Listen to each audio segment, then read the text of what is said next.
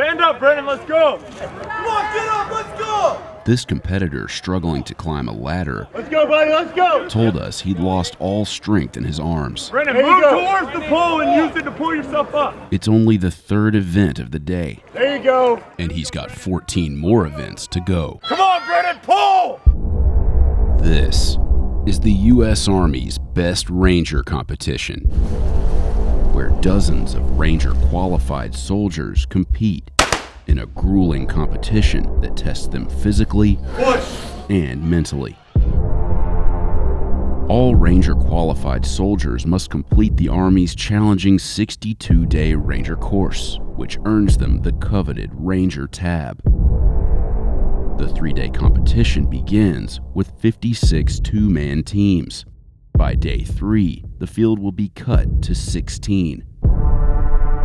And in the end, only one team will earn the title of Best Ranger. Ladies and gentlemen, welcome to the 39th annual Best Ranger competition. Team 2, representing the 1st Infantry Division. The 56 teams represent 27 different Army units. Team 11, representing 10th Mountain Division. Like Team 11 from the 10th Mountain Division in Fort Drum, New York.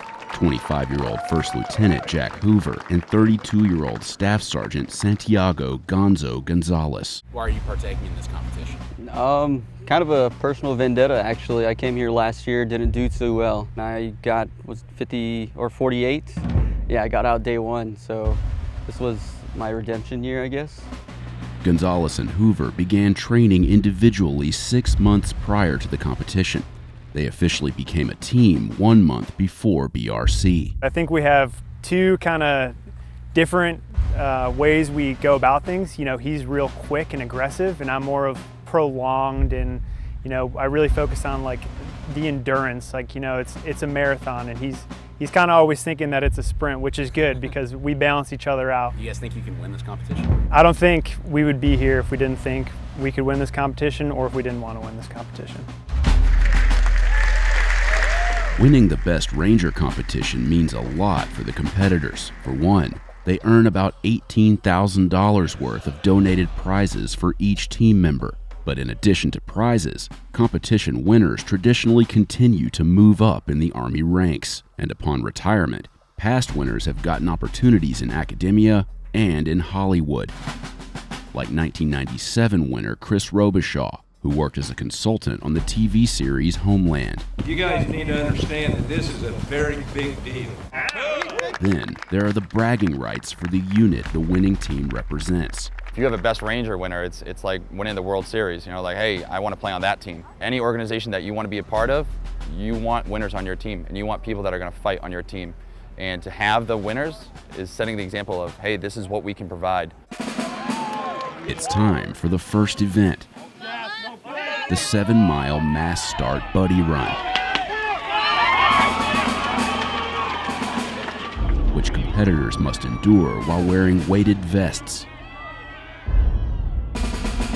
Halfway through the race, team members have to share the weight of a 60-pound sandbag and carry it across the finish line. Although it's the first of many events, finishing high in the mass start run is advantageous. Coming in first place is Team 36, 27-year-old Captain Luke Ebeling and 25-year-old Specialist Justin Rain. Why did you sign up for BRC? I just wanted to test myself against everyone else who said they were the best and see where I stood. I got the opportunity from my chain of command. I've always wanted to do it. Seemed like a good challenge in every way, physical, mental. Just pleased to have the opportunity. Team 36 isn't just Ranger qualified, they're actively serving Army Rangers. Part of the 75th Ranger Regiment, the Army's premier special operations force. The Rangers, rough, tough fighting men of America's expanding AEF. On D-Day, Ranger battalions landed on the beaches of Normandy, and the unit led the way during the global war on terror. But much of their success on the battlefield isn't well known to the public, and that's by design. The missions that they're asked to go on are potentially cost them their lives. You know, some of the most dangerous: air assaults, raids, attacks on objectives. I mean, the people that we work with are the best in the world at everything they do. So, you know, if you can keep up with them, on just about anything, you can be the best out here, be good out here. Up next, the run, swim, run. Competitors run an unknown distance before arriving at a pond that they have to swim across and back. Gonzo and Jack Hoover finished strong in the first event, coming in third place, but their standing could be in jeopardy. I can swim, but I'm not the best swimmer. Sure enough, Gonzo struggled, but Jack Hoover helped him across the finish line. Jack Hoover, he was leading the charge on the swim part, and then we got out of the water and got back to running. After finishing the run portion, Team 11 dropped 4 spots to 7th place. Come on, Brennan, pull! Thanks to a steady rainfall, competitors can expect things to get even harder for the next event. The Malvesti obstacle course. Already exhausted from the first 2 events, the competitors now have to navigate a challenging series of obstacles: a rope climb, a vertical ladder, a horizontal ladder, then a crawl through muddy water in a so-called worm pit while avoiding barbed wire overhead. I probably drank a canteen's worth of water in the worm pit, so that's good. It's all about the work you put into it, like hitting obstacle courses, becoming comfortable climbing ropes, being comfortable in those situations. That's something that we trained up on, so it went well for us. Let's go, Brennan, get over it! Come on, get up, let's go! But it wasn't going as well for one team in particular. Roll over! Team 29. One more! My arms were completely spent. I had no grip strength. You got it! And I just had everyone, yelling at me like, do what you said you've already done 100 times before. We've ran that course so many times. Brennan, move towards the pole and use it to pull yourself up. 25-year-old First Lieutenant Brendan Printup represents the Army's 3rd U.S. Infantry Regiment, known as the Old Guard, along with his partner, 29-year-old Staff Sergeant Joshua Abrahante, who's also back in the competition after a strong showing a year earlier. We came in 12th last year. We finished day 3. I wanted to keep on going. I got a little taste of it, and I got hungrier. We did all the train up and everything together, and I said, let's do it, man. Let's gun it. Let's do it together. I know you got the heart. I got the heart. Let's do it together. Let's send it. Team 29 began the obstacle course in 12th place, but after the difficulties on the vertical ladder, dropped down to 20th place. I just caught myself at a weak moment there, but that just means we got to pick it up in the latter half. The next event, a modified version of the Army Combat Fitness Test with a series of physical challenges. Let's do this. A helicopter ride to the next event gives the competitors a chance to rest. And Team 29 needs it after their performance in the fitness test caused them to drop 7 more spots to 27th place. But they don't have much time to dwell on it. Before they arrive at the next event, the Urban Assault Course. Competitors fast rope from the helicopter onto the roof of one of the buildings on the course, nicknamed Selby City. They're timed while negotiating a series of obstacles in a stressful environment created with smoke and simulated combat sounds.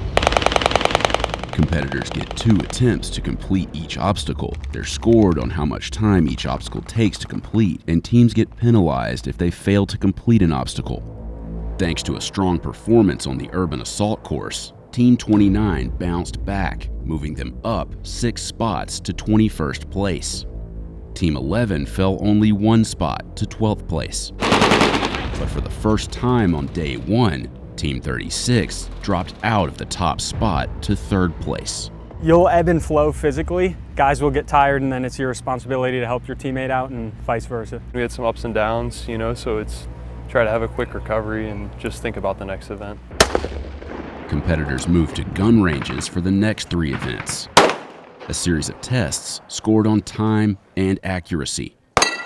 In the months leading up to the competition, some competitors get special duty status, meaning they are pulled from their normal duties to prioritize training for BRC. Next range, guys. Crush the run, slow it down, crush the target. They even get coaches. So all of the teams that are really competitive have coaches that have competed before, and you pass those lessons down to the next generation so that they can go out and crush it too. Save a beer for me. No. Do you guys think that 29 could win this thing? Well, it's any man's game. They're in 21st place right now. They were in 10th place after the first event, 12th place after the second. They had 2 bad events. Just because they had 2 bad events doesn't mean anything. These ranges are usually weighted the heaviest. If they shoot well, they can always push themselves up. Every event is a new event. Thank you very much. Unfortunately, Team 29 couldn't capitalize on the heavily weighted range events, causing them to fall 6 spots to 27th place.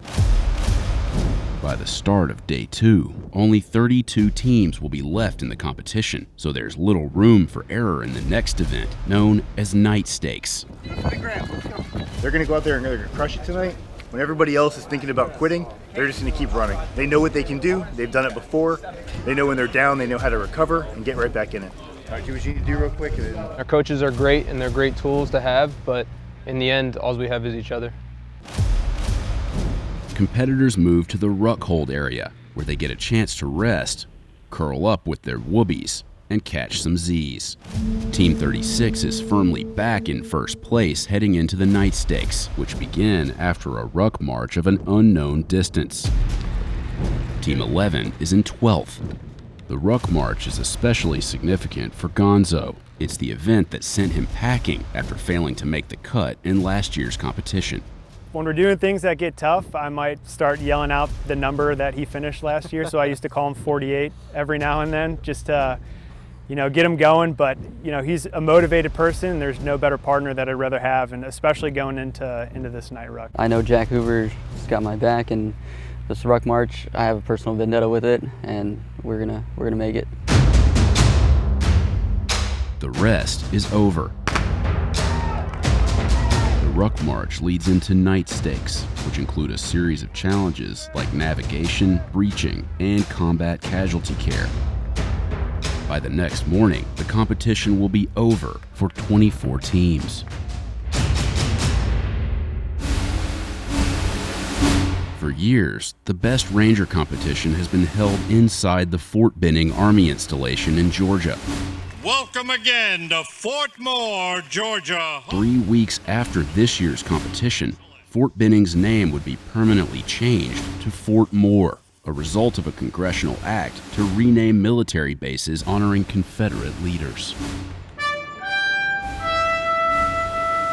But on day 2, the competition moves off-post to A.J. McClung Stadium in nearby Columbus, Georgia, where the competitors will face a series of physical, mental, and technical tests. Captain Ebeling and Specialist Rain. After the night stakes, Team 36 remains in first place. Team 11 moved up to 10th. And as predicted by their coaches, Team 29 moved up 8 spots to 19th. The night stakes have undoubtedly taken a toll. And it's not going to get much easier as they endure a gauntlet of physical challenges underneath the unforgiving Georgia sun. The course includes a high-resistance exercise bike, a rower, a sled push, moving sandbags, and crawling through a tunnel with a simulated casualty. Along with the physical challenges, competitors also have to perform technical and tactical operations such as aiming a mortar system and javelin trainer, as well as using an exothermic torch to burn through rebar. Team 29 can't afford many mistakes. They began the day stakes in 19th place, but only 16 teams will make it to day 3. Moving the competition off-post is a first. It's a chance for event sponsors like Glock, DuPont, and Northrop Grumman to get exposure. Sponsors also donate thousands of dollars in prizes to the finishers. The winners get this $2,300 Sig Sauer rifle, this $725 Stoeger shotgun, and this $1,000 Securit Agile gun safe, among other prizes that amount to about $18,000 per winner. Not surprisingly, Team 36 handled the day stakes with ease, remaining in first place, and Captain Ebeling got some extra motivation from a visit from his family. The competitors leave the stadium and head to a zipline tower in downtown Columbus and ride the line across the Chattahoochee River. When they land on the other side, they're in Alabama. All right, before you guys get into the water, your PFDs need to be fully buckled. But they'll row back to Georgia during a stage called Tactical Water Movement. Falling out of the raft is a rare slip-up for Team 36, who's under even more pressure to hold on to the top spot going into Day 3. Team 11 would end Day 2 in 12th place, comfortably above the cut line. When Team 29 returned, something about their collective demeanor appeared to have changed. Good? How do we feel? I didn't win. Not good. Not good.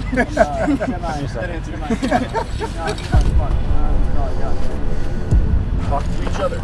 If at some point you get frustrated, take 3 breaths. Figure out the plan you want to do. Plan. Okay? After completing tactical water movement, the competitors board a helicopter that will take them back to Fort Benning. But this was the last time we would see Team 29.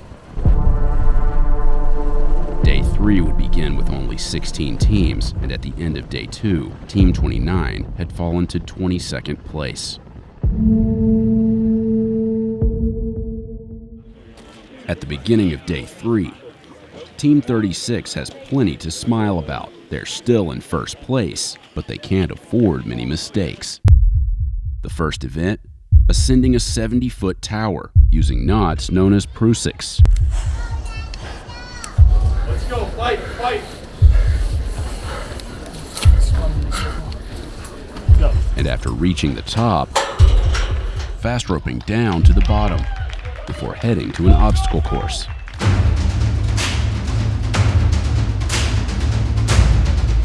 With little trouble on the final obstacle course, Team 36 heads back to the firing range. 56 teams began on Day 1. On Day 3, only 16 teams remain, including Team 11. Gonzo and Jack Hoover began the day in 14th place, just above the cut line. Begin. Although a surprise victory is all but out of reach, their coaches think they have a chance to move up in the standings. We're hoping maybe for a top 10, breaking the top 10, depending on how they do today. How would you say they're doing Day 3? Physically, they seem fine. How about mentally? Mentally, they're doing really well. They're in great spirits. They've got their head in the game, and they're looking at the 25-meter target, which is the Prusik right now. By the time it was Team 11's turn to tackle the obstacle course, a steady rain returned, making things extra challenging. Remember, it's slippery. All right, are you all right? Yep. After stumbling on the obstacle course, Team 11 remained in 14th place before heading to the final gun range. After a strong performance, Team 36 held on to the top spot. For Team 11, It's getting you deep in thought, dude. Just keep looking like You ruined it. You ruined it. this heavily weighted event could play a big part in where they end up in the standings. They performed well enough to avoid dropping in the standings, but remained firmly in 14th place. Spectators gather at Victory Pond to watch the remaining 16 teams perform a Helocast into the water, dropping their ruck rafts before jumping in and swimming to shore. Back on dry land, the competitors endure the combat water survival assessment, which begins with climbing a ladder to reach a log that they have to walk across, then crawling across a rope, touching the Ranger tab sign, and dropping back into the water.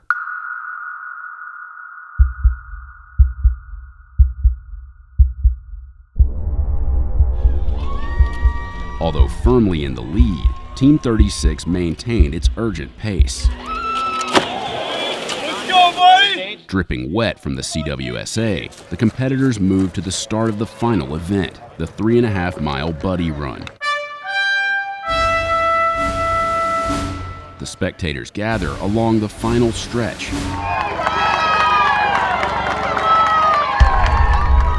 A surprise at the finish. The first team to cross the line wasn't Team 36. It was Team 56. But it wasn't enough to knock Team 36 from the top spot. Their lead was so commanding that finishing second in the final run didn't jeopardize their status, making them the winners of the Best Ranger competition, marking the third year in a row that a team representing the 75th Ranger Regiment has won the competition. How are your bodies feeling? Good now. Yeah, better when we were cold. If you would have asked me 30 seconds before we crossed the finish line, totally different answer, but now that we're done. Any regrets about anything that happened? Would you do anything differently, or do you feel like you just crushed it? We made some mistakes for sure, but we pulled it together and got after it on the next one. So what's next? Go back to work.